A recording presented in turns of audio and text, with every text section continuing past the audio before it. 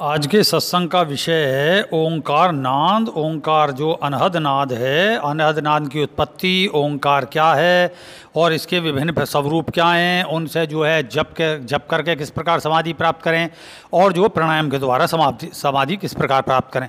जो मेरा जो विषय है वो सत्य ओम सिद्धाय नमः, उससे जिस प्रकार मैंने समाधि प्राप्त करी वो जो है सत्य अंदर जाता हुआ, ओंकार बाहर जाता हुआ, और सिद्धाय जो है वो तो सृष्टि है, जो से ई दे दे आए ये निसिद्धाय, जो मतलब मूलाधार स्वादिष्ठान नाभि हृदय चक्र, ये सब विषय। तो यहाँ में केवल जो है वाम मार्गी है, ओम को वाम मार्गी बोला जाता है, सत्य पुरुष है, ओंकार जो है स्त्री है। अब जो दुनिया में जितने भी ओंकार को लेकर नाद जाप सिद्धि सब करती हैं, उस विषय का मैं यहाँ बड़े तत्व से आधार पर बता रहा हूँ, उसे सुने और साधना करें।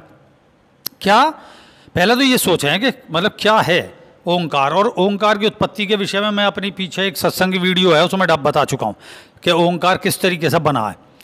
और यहाँ विषय है कि क्या ओम या ओंकार से आत्म तत्व आत्म साक्षात्कार पाया जा सकता है।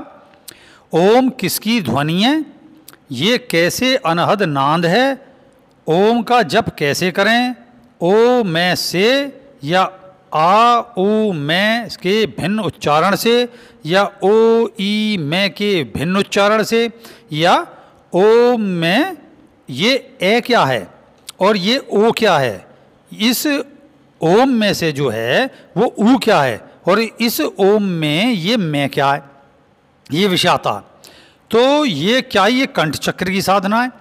यहाँ भी प्रश्नात्मक है, इस पर विचार करना पड़ता है, ऐसे नहीं कि शुरू हो गए कि कंठ चक्र में सभी ऐसे लेकर मैं तक, ऐसे लेकर मैं तक जितने भी वर्णाक्षर हैं एक होने परस्पर विलीन होकर, मतलब एक होकर परस्पर विलीन होकर केवल एक नाद बन जाने का जो बनने की साधना है, बना देने की और बनने की साधना है, वो है ये। या ओम तीन तत्व में पुरुष स्त्री बीज अर्थात परातत्व और तत्वातीत की प्राप्ति की साधना है।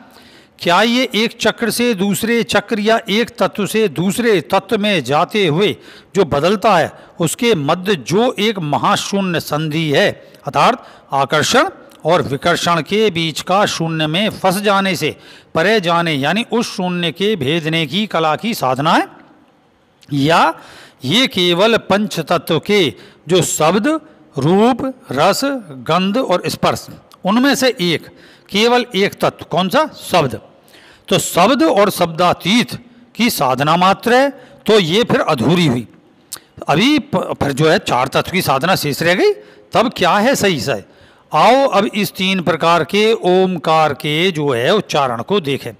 ए ओ मैं, ए ऊ मैं, ओ ई मैं और ओ और मैं। अब इसे जैसे आप जब करोगे जैसे नॉर्मली जब ये बढ़ता है तो ओ में बदल जाता है,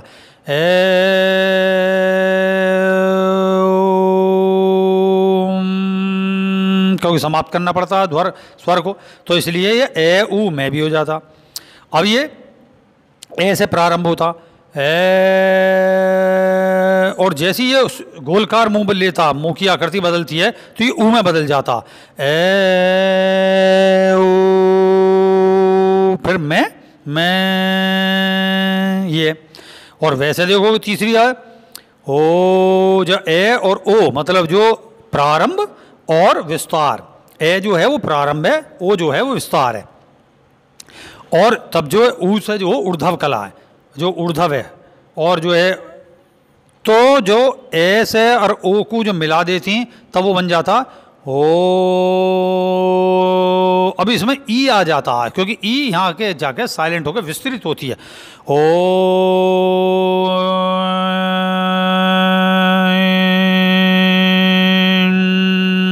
ये। तो यहाँ ओ के बीच में अपने आप ही जो है ई आ गई, और फिर नादांत जो है वो मैं, और ओम तो है ही, फिर ओम, इसमें बीच का जो है विस्तार जल्दी हमने समेट दिया, ए को प्रारंभ को समेट दिया, केवल विस्तार को पकड़ा और नादांत को पकड़ा, अंत को पकड़ा। तब आप देखेंगे कि अंतिम में भी ए जो है वो आ जाएगा। जैसे आप जब करोगे मैं को अलग से उच्चारित करो या ओम, तो मैं में ए अपने आप आ जाता। तो यानी ऐसे ही चले और ए पर ही आकर इसका अंत हो गया। तो ये जो है ए का ही वृत्तो बन गया। अब यहाँ आप देखेंगे ऐसे ही चले, ओ का विस्तार हुआ ऊ और ई के रूप में, फिर नादांत मैं बना और मैं के बाद में पुनः ए में ही आ गए। तो यहाँ तो हम जहाँ से चले वहीं पहुँच गए, एक व्रत बन गया, इससे बाहर तो हम निकल ही नहीं पाए। तब तो ऐसे मूल तत्व हुआ और हम इस सब का उच्चारण सुन और उसके करके उसी के चक्कर में चक्कर लगाते हुए घूमते रहे और इस चक्कर से मुक्त कहाँ हुए।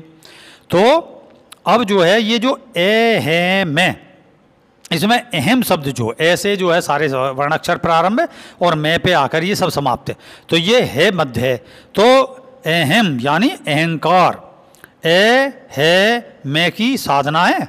कहीं ये ए और है और मैं की तो साधना ना है, गलत तो बीच में ओ और है कि है, अब है तो आ गया इसमें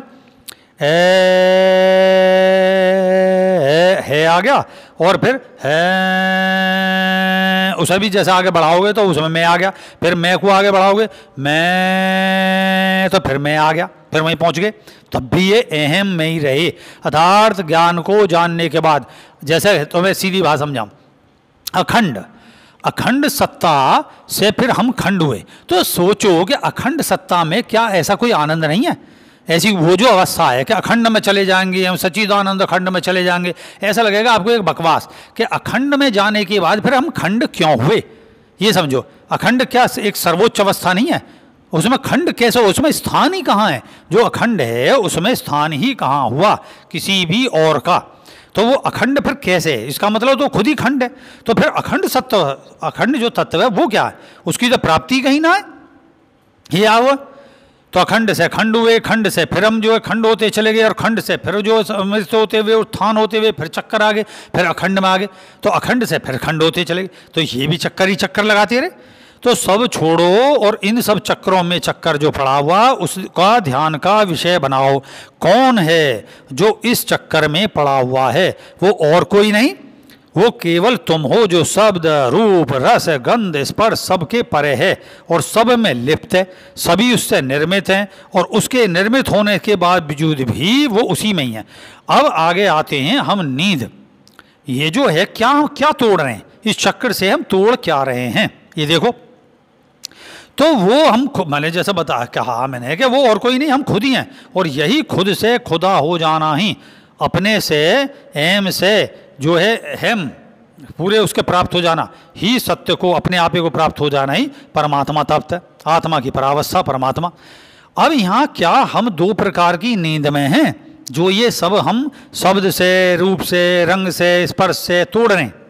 अब देखो, तो क्या हम दो प्रकार की नींद में? नंबर एक बाहरी संसारी रूपी निंद्रा और दूसरी है अंदर के संसार की निंद्रा।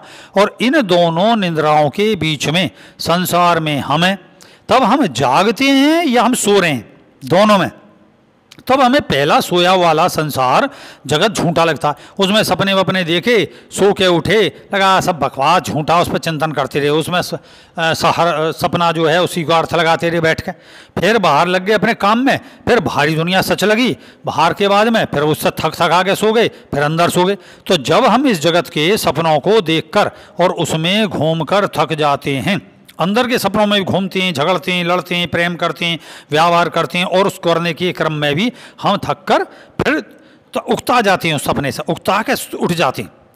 तब हमें सोने वाले नींद का जगत जो है वो सच्चा लगने की जगह झूठा लगता है। तब हम बाहर आ जाते हैं और तब हम सोते सोते जो सपने देखकर उनसे उकता गए, उन जुड़ने से उकता गए, तो बाहर आ गए। बाहर भी हम करते क्या? अगर हम दैनिक दिनचर्या में एक दूसरे से बात करें तो वही रिपीटेशन है, वही की वही, पूरी जिंदगी वही की वही है। तो फिर उससे उकता जाती हैं, उसमें गा बजा के घूम फिर के झूठ साँच बोलते हुए फिर वापस थक के और फिर सो जाती। तो हम सोने जगने और जग के सोने में इन्हीं में लगे थे। तब उठकर इस जागृत सपने रूपी संसार को सच्चा मानती और दोनों संसार में थक कर जब जो है हम फिर किस सपनीले संसार से उठती हैं, तो हमें जागना यानी अपनी नई सृष्टि या जन्म लेना कहते हैं। और जब हम सोते हैं तो उसे हम मृत्यु यानी अपनी लीन कहते हैं। लीन अवस्था। तब इसी जीवन से मृत्यु, फिर मृत्यु से जीवन के अनंत चक्र में चक्कर काटते हुए तब ए जो है वो भारी संसार की नींद को काटता है। अब आ गया यहाँ आखिर शब्द का उत्पत्ति हुई।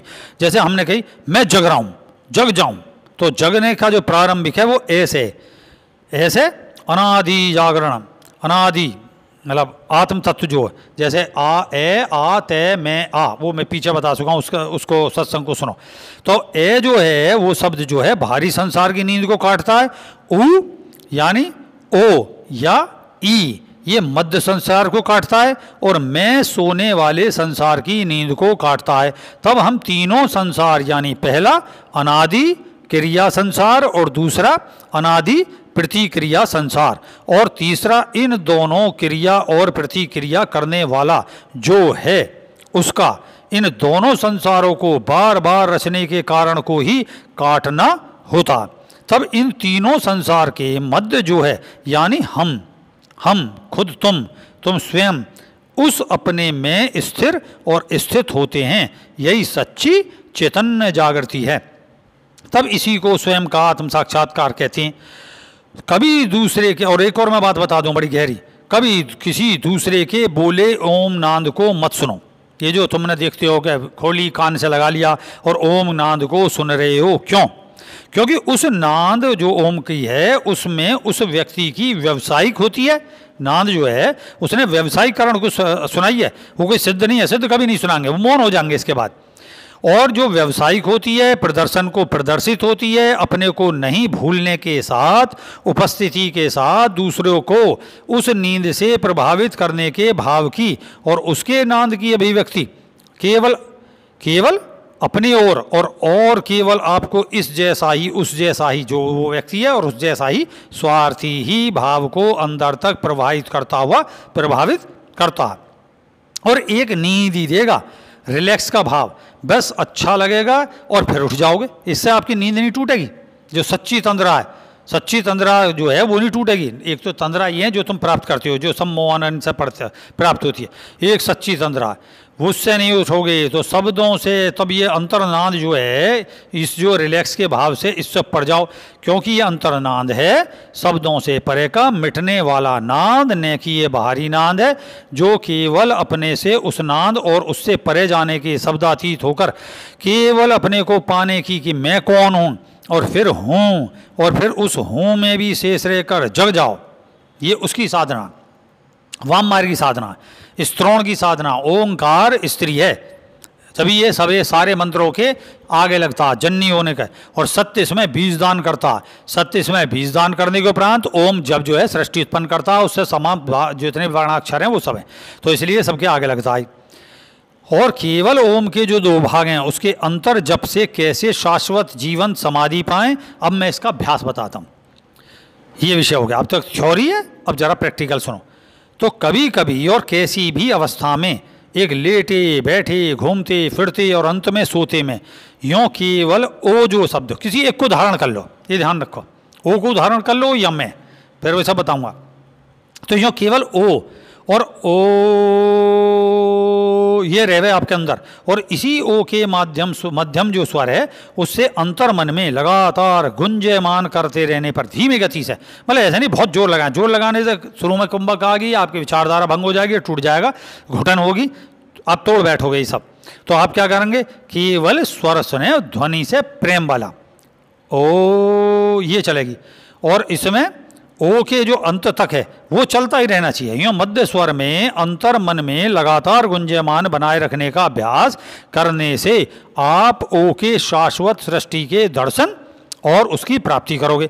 और ठीक ऐसे ही यदि आप मैं को पकड़ते हो, समझे, यदि आप मैं को पकड़ते हो तो मैं के निरंतर अंतर मन में मध्यम स्वर में और धीमी मतलब अच्छी सी मीठी सी जो मध्यम स्वर में गुंजयमान करते हुए ना खत्म होने वाला जो गुंजयमान है, उस जप से आप नादांत रूपी मृत्यु के बाद केवल जीवन है, क्योंकि मैं के बाद नादांत है और नादांत है मृत्यु, तो मृत्यु के बाद फिर जीवन है, तो उस मृत्यु के बाद का जो जीवन है उस रूप में शाश्वत के दर्शन और शाश्वत जीवन और उसकी प्राप्ति करोगे। तो ये है ओम से शुरू हो या मैं से शुरू हो, आओगे भाई, ये ध्यान रखो। और अपनी ही प्राप्ति करोगे। तो ये तो हो गई जो मंत्र के रूप में ओ की और मैं की। तो एक को पकड़ना होगा, ओ को पकड़ लो या मैं को पकड़ लो। नादांत से फिर जीवन को प्राप्त करो या जीवन से नादांत मतलब मृत्यु को जीत लो। मृत्युंजय, दोनों अवस्था में मृत्युंजय, ओ के बाद भी मृत्युंजय और मैं के मैं में पहले से मृत्युंजय हो गया और फिर बाद में मृत्युंजय होते हो, और ओ में मृत्युंजय के बाद फिर मृत्युंजय होते हो, मतलब मृत्यु को जीत लेते हो, जाग जाते हो। तो ये नहीं है ओम, इससे नहीं, केवल दो में से एक अगर साधना करना चाहते हो ओम की तो ओ को पकड़ो या फिर मैं को पकड़ो। और आप जो है अब आ जाओ कि जो प्राणायाम के साथ ऐसा करना चाहते हैं, रियल में ये ध्यान रखो ये खुद में एक प्राणायाम है। पहली बात, प्राणों का विस्तार, प्राणों का आयाम, आपान वायु प्राण वायु और फिर इसके 10 इन्हें तो छोड़ो, केवल आपान वायु और प्राण वायु, इसके में इसको त्यागते हुए क्या बनाए हम पर ओम के उच्चारण से समाधि की कैसे प्राप्ति प्राणायाम से करें। तो धीरे सीधे होकर बैठ जाएं, यहाँ थोड़ा बैठना है और ओ से पूरक करते हुए, ओ से पूरक करें, अंदर की ओर खींचें ओ से करते हुए, मतलब ध्वनि हो, सांस पे ध्यान ना दें कि मैं सांस खींच रहा हूँ, सांस तो अपने आप स्वयं खींच जाएगी। ओ को जैसे ही अपने अंदर खींचोगे ओ के साथ अपने आप पूरक रूपी प्राणायाम जो है प्राण शक्ति अपने अंदर घुसेगी। और फिर मैं से रेचक करते हुए प्राणायाम शुरू करो, इससे कोई फर्क नहीं पड़ता। मैंने कही या तो तुम जैसे कई बार सोचोगे क्या जी मैं मतलब अंदर को लूँ पहले से शुरू करूँ या बाहर से शुरू करूँ, मतलब बाहर फेंक के शुरू करूँ या अंदर, कोई फर्क नहीं है, कहीं से भी शुरू हो जाओ। या तो मैं के रेचन से इसे 2 भाग में बांटना है, ए से पूरक है मतलब ओ से पूरक है और मैं से रेचक है, ये ध्यान रखना, बस ध्यान का रखने का विषय, ओ से पूरक है और मैं से रेचक है। अगर आप रेचक से प्रारंभ करने शुरू कर देंगे तो मैं का उच्चारण करें बाहर की ओर निकल जाएं सारे, तो मैं को जैसे ही बाहर के अंदर फेंकोगे वो बाहर ही जाता, ये ध्यान रखें, बाहर जाएगा तो रेचक होगा, रेचक होने के बाद अपने आप जो है शुरू हो गए प्राणायाम में। क्योंकि मृत्यु के बाद भी जीवन है और मृत्यु के पहले भी जीवन है, और इस मृत्यु को हटा देने पर केवल जीवन ही शेष रह जाता है। यही जीवन में स्थित और स्थिर होना ही कुंभक यानी समाधि है। तो अब क्या करना है मैंने बता दी। यदि आप मैं के उच्चारण के साथ प्राणायाम के रेचक वाली यानी करके जो रेचन अवस्था में अपने को मैं के नादांत तक रोकने से बाहरी अभ्यास, जो नादांत जैसे मैं अंदर चलोगा आपका ये मैं, ये नादांत है ना, तो इसमें रेचन है। इस रेचन से क्या होगा, इसे करते रहें और बाहर तक सांस छोड़ दें। सांस छोड़ने के बाद जब सांस रुकेगा नादांत तक रोकना अभ्यास करें। रोकने पर ध्यान न दें, केवल मैं के नादांत खत्म होते हुए उच्चारण पर ध्यान दें, उसका विस्तार पर ध्यान दें, वो अपने आप समाप्त हो रहा, तो आपका सांस उतने तक रुका रहेगा। और फिर क्या काम करें, फिर ओ के उच्चारण से पूरक करते हुए वही अंदर तक लेते हुए ओ का जो ओ के जैसी आप खींचना शुरू करोगे ओ के साथ अपने आप ही प्राणायाम जो है प्राण जो है वो अंदर को खींचेगा। तो पूरक होने से वही अंत तक ओ का जो पूरक है मतलब पूरक करते जाओ, ओ को अंदर तक लेते जाओगे तो पूरक हो जाएगा और वो अपने आप एक स्टेज पर रुक जाएगा। वहाँ पे स्वयं में पूरक रूपी कुंभक होगा, जैसे रेचक पूरी कुंभक हुआ बाहर, रेचक के रूप में बाहर में कुंभक होता, फिर वो आंतरिक कुंभक होता। यही चाहे दयानंद है चाहे रामतीज है, अनंत जितने भी ऋषि पूरे हुए, भाई ये तो सबके अब के जितने भी प्राचीन ऋषि हैं उन सबकी साधना का विषय प्राणायाम के साथ ओ और मैं, ओ के साथ पूरक और मैं के साथ रेचक, और रेचक के समाप्त हैं अपने आप स्वयं में कुंभक होता है, और ओ के साथ अंदर खींचते में प्राणों का अपने आप कुंभक होता है पूरक के साथ। तो ये दोनों अंतर और बहिर जो रेचक और पूरक रूपी ओ और मैं, संसार की नींद तोड़कर जगाने का अभ्यास किया जाता। तो बाहर जो है मैं के साथ से बाहरी नींद संसार की नींद टूट जाएगी आपकी, और अंदर के जो मैं ओ के उच्चारण से ओ के पूरक से जो आंतरिक नींद टूट जाएगी। तब आप जो है इसके जो केवल कुंभक है, जो बाहरी कुंभक हुआ फिर अंतर कुंभक हुआ, उससे आप जो है दोनों बहिर अंतर संसार का जो संधि काल का कुंभक है, संधि काल का जो संसार है, उस संधि काल के संसार को तोड़कर जागने का अभ्यास आपको प्राप्त हो जाएगा। तब सच्चा कुंभक की प्राप्ति हो जाएगी, ना फिर ओ रहेगा ना फिर मैं रहेगा, दोनों विलीन हो जाएंगे, तब सत्य समझ में आएगा। ये अभ्यास का विषय है। और असली कुंभक में स्थिर हो जाओगे। यही बिन प्रयास के समाधि कुंभक है और यही प्राप्ति हमारा ओम से प्राणायाम का उद्देश्य है। मैंने बता दिया वाम मार्गी है, प्रकृति को भंग करने की साधना है ओम, समझे। प्रकृति से परे जाना है तो सत्य और ओम का सहारा लेना होगा। सत्य में से ते ये, इसमें से और ते और ये स्त्री पुरुष बीज, और ए ऊ में तो ए में स्त्री पुरुष बीज, electron neutron proton, electron neutron proton, जो इस पुरुष के अंदर के इलेक्ट्रॉन न्यूट्रॉन प्रोटॉन है और स्त्री के अंदर इलेक्ट्रॉन न्यूट्रॉन प्रोटॉन है। ये तीनों का सम्मिश्रण जो है वो ये सिद्धाय से ई दे धे आ ये ए, और इन सब से परे इनका जो नादांत होता वो ईम शक्ति में होता। जब ईम को देखोगे मैं बता चुका कि उसमें कुंडलिनी है, नीचे से लेकर मूलाधार स्वादिष्ठान नाभि हृदय कंठ चक्र और अंत में अपने विलय, और नमे में है ना ओहम, न अर्थार्थ मैं भी नहीं हूँ, और स्वा है फिर इस सब का भी विस्तार और पुनः अपनी जागृति। तो ये तो आत्म साक्षात्कार का विषय, लेकिन मैंने यहाँ एक वाम मार्गी साधना ओम की बताई, जिससे किस प्रकार जो है जप के द्वारा समाधि प्राप्त करें या प्राणायाम के द्वारा समाधि प्राप्त करें। तो भक्तों करते रहें, और जो रेही क्रिया योग कर रहे हैं उनका तो जवाब ही नहीं है, उस विषय में हम बता ही चुका है कि उन्हें एक टाइम के बाद, जब मंत्र के बाद मंत्रातीत अवस्था अपने आप प्राप्त हो जाएगी, सर्किल अपने आप छूट जाएगा, सर्किल एकदम बिना प्रयास के चलता चला जाएगा सर्किल अपने अंदर, और फिर शब्द से परे, रूप से परे, जो आप जिस भी रूप में ध्यान कर रहे थे और जिस भी शब्द को जैसे सत्वम सिद्धानी फट सा को लेकर चले वो भी छूट जाएगा, रूप जिसमें ध्यान कर रहे वो भी छूट जाएगा, स्पर्श जो प्राणों का और जो मनोभाव का स्पर्श कर रहे सामने वाले को अपने को वो भी छूट जाएगा, और रस जो आनंद आ रहा है, आनंद से भी परे जाना पड़ता है, नहीं तो फिर लौटोगे, तो आनंद बीज अपने आप त्याग जाएगा। तो फिर क्या होगा, रूप रस गंध स्पर्श और आनंद, स्पर्श की जो मैंने बता दिया और आनंद, तो और जो रूप रस और गंध क्या है, गंध है उपस्थिति, दिव्य उपस्थिति, अपनी दिव्यता का अनुभव, इससे परे जाता। फिर एक चैतन्य स्वरूप की प्राप्ति होती है, वो चैतन्य स्वरूप में स्थिर हो जाओगे। बस ये है महानतम सर्वोच्चतम खोज रेही क्रिया योग, इसे करो, इससे सब कुछ प्राप्त होगा।